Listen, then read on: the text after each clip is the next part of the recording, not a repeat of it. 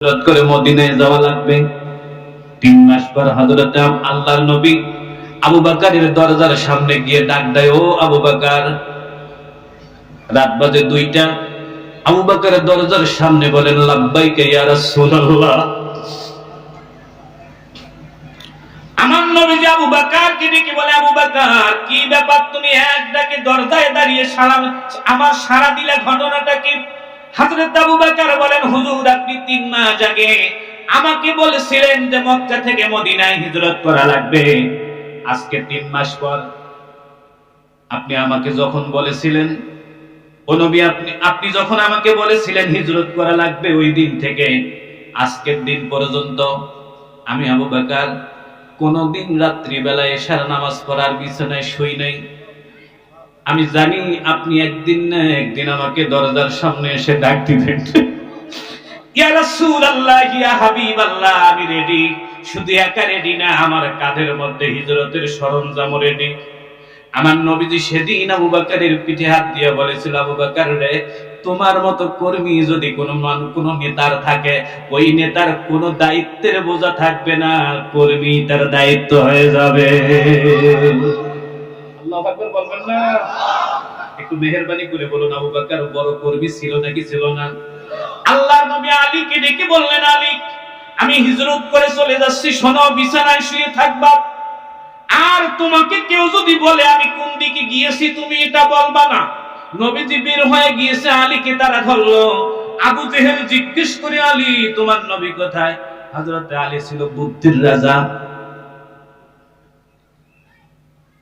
হযরত আলী অনেক বুদ্ধিমান একজন সাহাবী ছিলেন। আবু জেহেলকে ডেকে বলে, তুমি কি বোকা নাকি? কয় কেন? বলতেছে, তোমার সামন দিয়ে তো মুহাম্মদ বের হয়ে গেছে, তোমরা বলতে পারো না কোন দিকে গেছে? কয় না, যাওয়ার সময় মুহাম্মদ হাতে এক মুঠি ধুলি নিয়ে এরকম করে ছিটাই দিয়েছে। তোমাকে বিশ্বাস করাইতে পারবো না, ধুলি যার যার চোখে ঢুকছে ওর কিয়ামত হয়ে গেছে।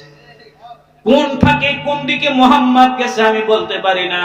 হযরতে আলী উল্টা আবু জেহেলকে শাটায় আর বলে, তোমার পাশ দিয়ে গেছে, তুমি বলতে পারো না, আমি বিছানা থেকে কিভাবে বলবো?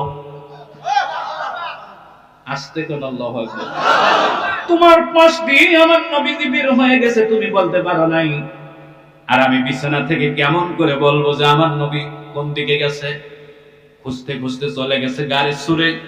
হযরত আবু বকর কত বড় কর্মী ছিল, তার নেতাকে কত ভালোবাসতো। পরনের কাপড়, ব্যাগের যত কাপড় ছিল সবগুলো কাপড় দিয়ে ওই সুন্দর করে গর্তগুলো পূরণ করছে।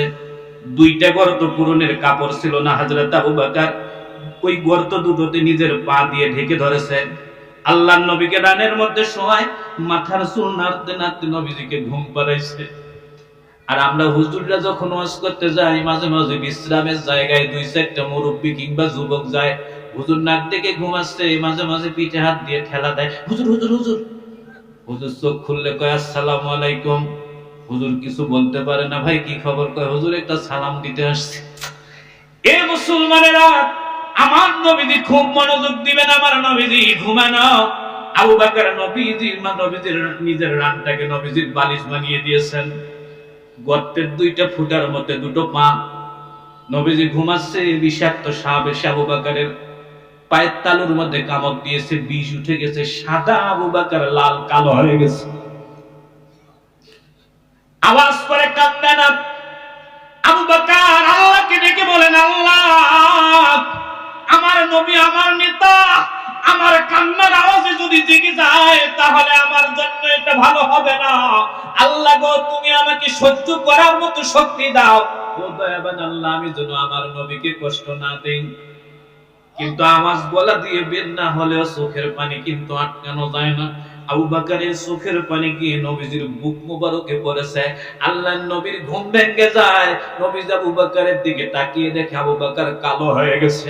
নবীজি তাড়াতাড়ি করে উঠে আবু বকরকে ডাক দিয়ে বলে, আবু বকর, বুঝলাম না তোমার অবস্থা এই কেন?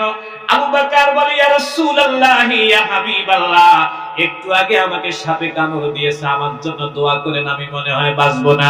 নবীজি তাড়াতাড়ি করে ডান হাতটা মুখে দিয়ে ডান হাতের শাহাদাত আঙ্গুলে একটুখানি থুতু নিয়ে থুতুটার দিকে তাকায় আর আমার নবীজি বলেন, আল্লাহ আমার আবু বকর আমাকে কষ্ট দেয় না, নাই তুমি আমার আবু বকরকে কষ্ট দিও না। এই বলে বিসমিল্লাহ বলে আবু বকরের পায়ের তালুতে থুতু লাগায় দেয়।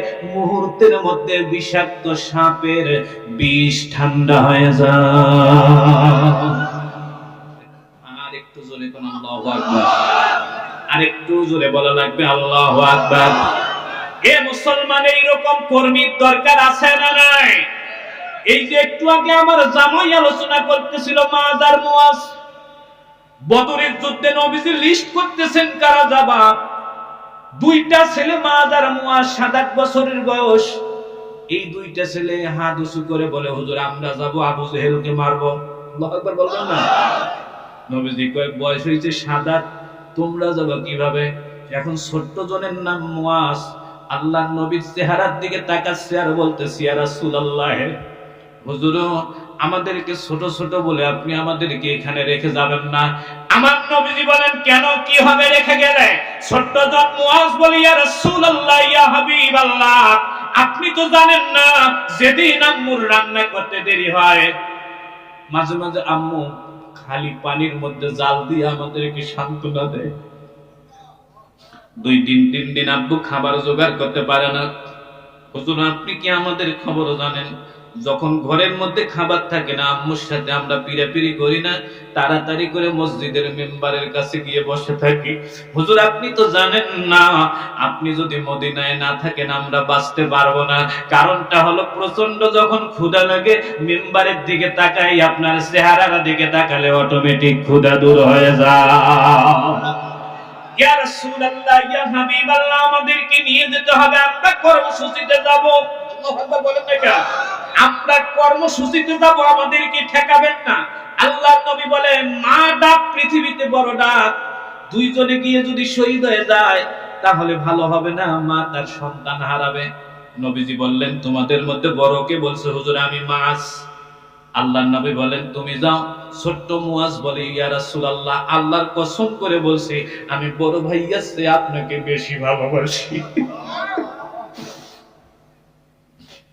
হুজুর আমি আপনাকে বেশি ভালোবাসি, আমাকে নিয়ে চলেন। আমার নবীজি বলেন, মুআজ রে না যাওয়া যাবে না।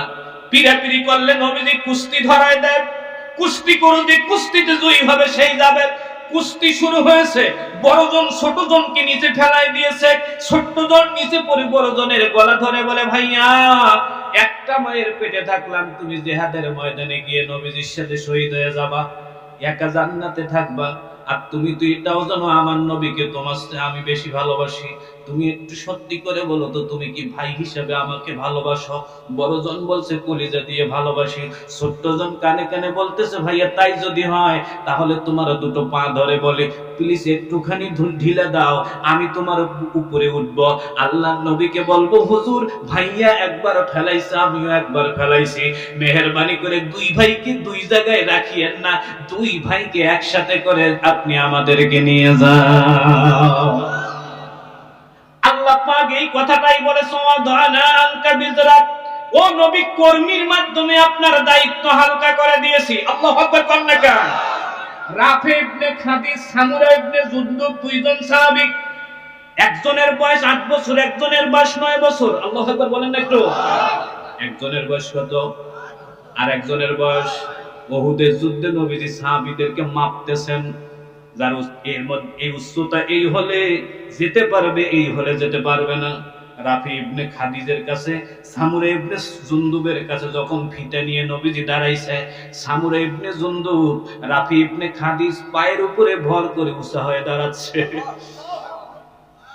পায়ের উপরে ভর করে লম্বা হাসছে। আল্লাহর নবী এই দৃশ্য দেখে মুস্কি মুস্কি হাসি, রাফিকে ডাক দিয়ে বলে, রাফি ইবনে খাদিজ, সামুরা ইবনে জুনদুব, পাউসা করতেছো কেন? পানি নিচু করো। নিচু করে স্বাভাবিকভাবে তোমাদের মাপা লাগবে।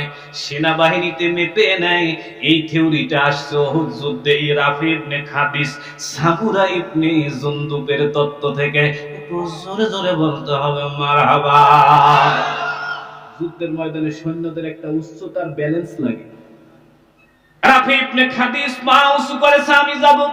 সামুর ইবনে জুনদুব পা উঁচু করেছে, আমি যাব। আমার নবীজি বলেন দুজনকে নেওয়া যাবে না, তোমরা পা উঁচু করেছো। আর সামুর ইবনে জুনদুব রাফি ইবনে খাদিস বলছে, হুজুর আমাদেরকে ছোট ভাবলেন, আমাদেরকে খাটো মনে করলেন, তাই নিলেন না। ইয়া রাসূলুল্লাহ, আমাদের কলিজা ফাড়ায় দেখেন, আল্লাহর কসম করে বলছি, আমরা আমাদের চেয়েও আপনাকে বেশি ভালোবাসি। আমার নবীজি দুইজনকেই উহুদের ময়দানে নিয়ে গিয়েছিলেন। একটু জোরে জোরে বলা লাগবে মারহাবা। এবার আপনারা বুঝে থাকলে বলুন, আল্লাযী আনকাদা যহরা। আল্লাহ পাক বলেছেন, আমি আপনার পিঠের বোঝা হালকা করেছি। কাদেরকে দিয়ে?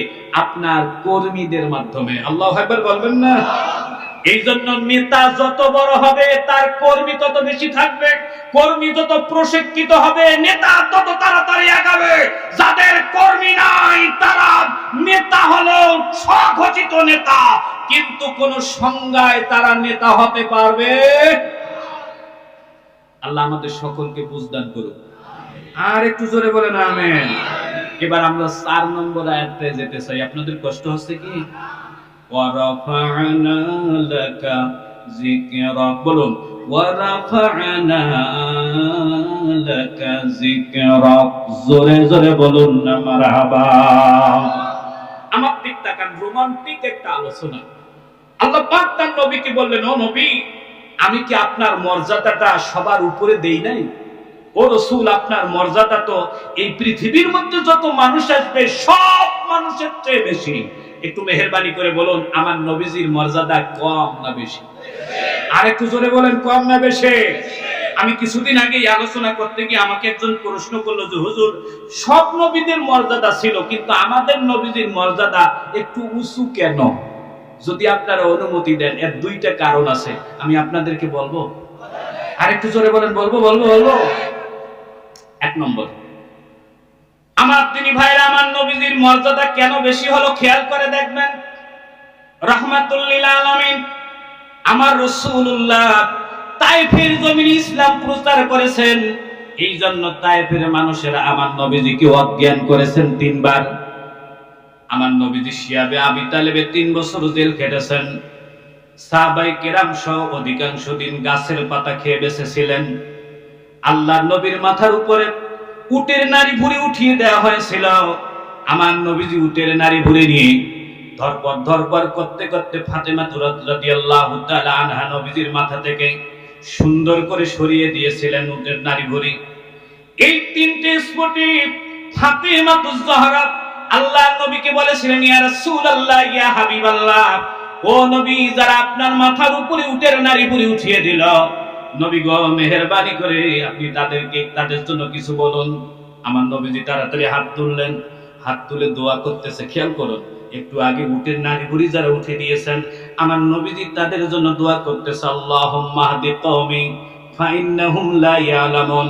ওগো দয়াবান আল্লাহ তাআলা, তুমি আমার কওমকে হেদায়েত দিও আল্লাহ, কারণ ওরা আমাকে কষ্ট দিচ্ছে। কারণটা হলো ওরা জানে না যে আমি নবী।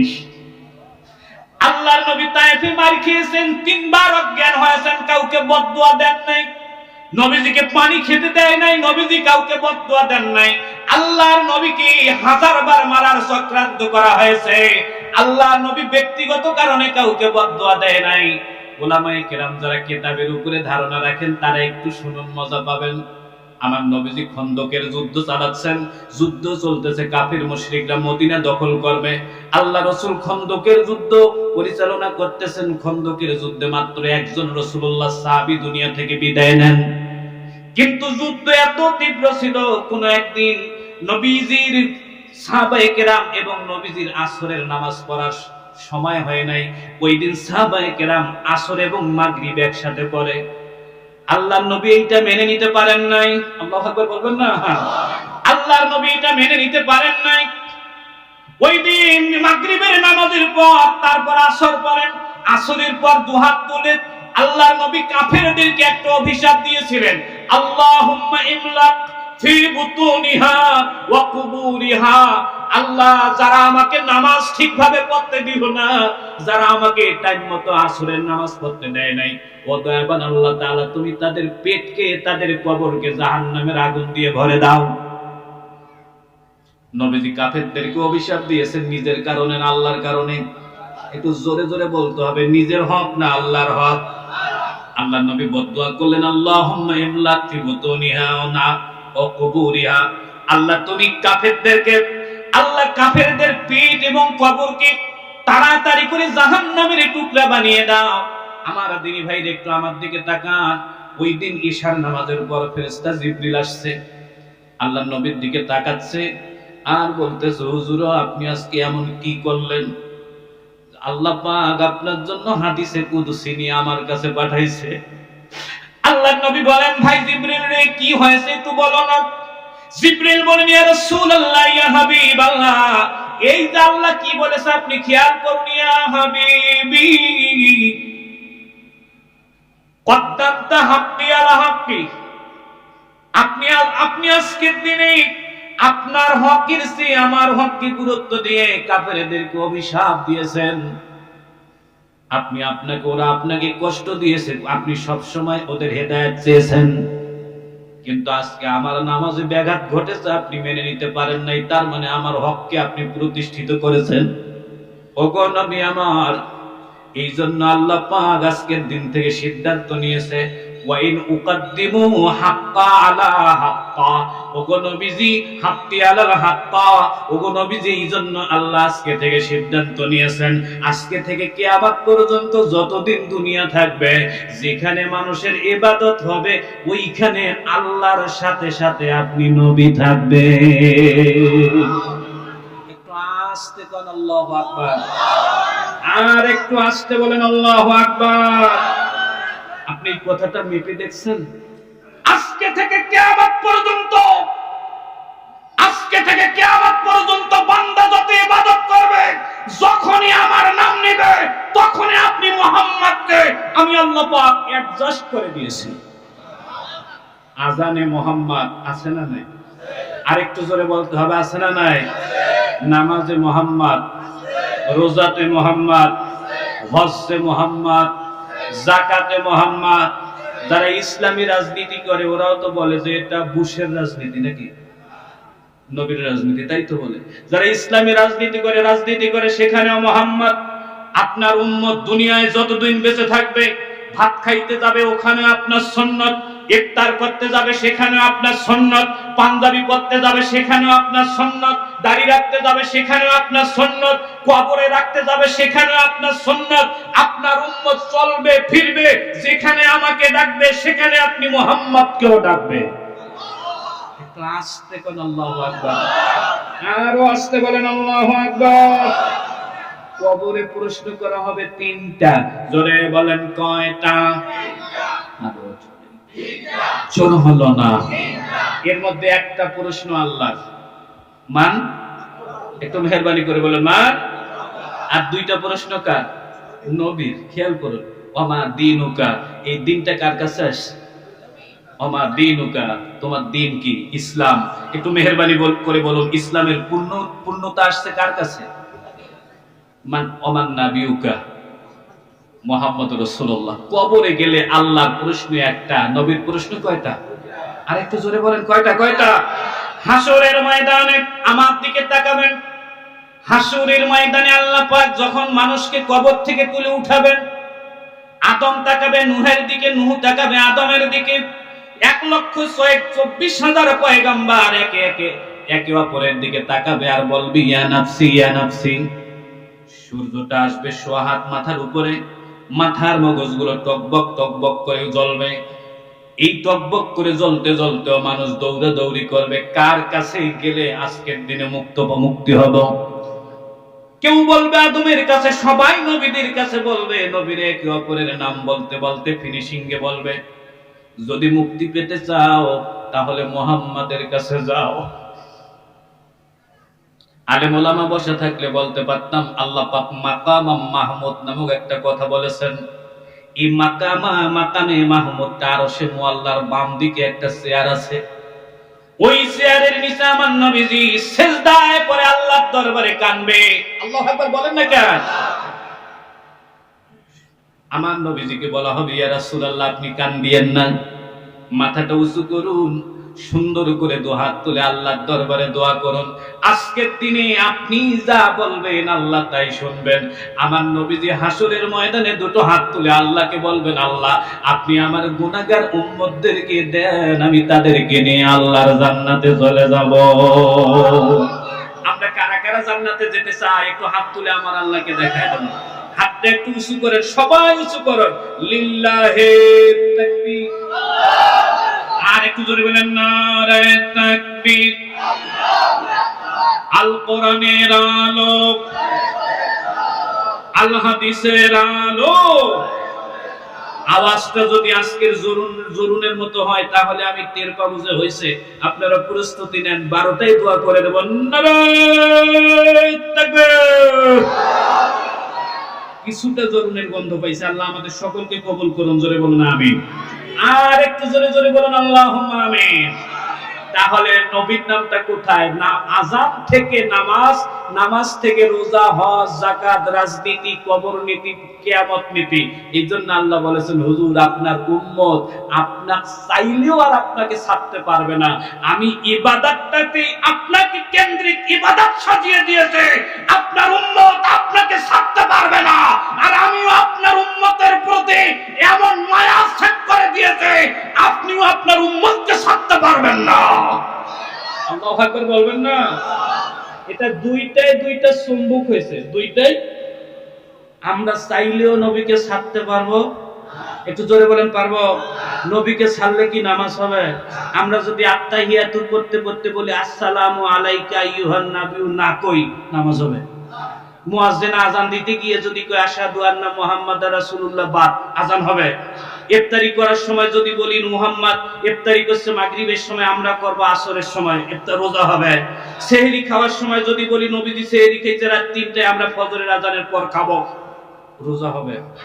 হজ করার সময় যদি বলে যে শয়তান যেখানে ঢেলায় ওই জায়গায় না ঢেলে তার পূর্ব দিকে ঢেলাবো, হজ হবে। তাওয়াফ করার সময় যদি বলি নবীজি যেই দিকে ঘুরছে তার উল্টা দিকে ঘুরবো, হজ হবে। তার মানে আল্লাহ পাক নবীর সাথে উম্মতের এমন একটা কানেকশন করে দিয়েছে, ও মুহাম্মদ তা আপনার উম্মত চাইলেও আপনাকে ছাড়তে পারবে না।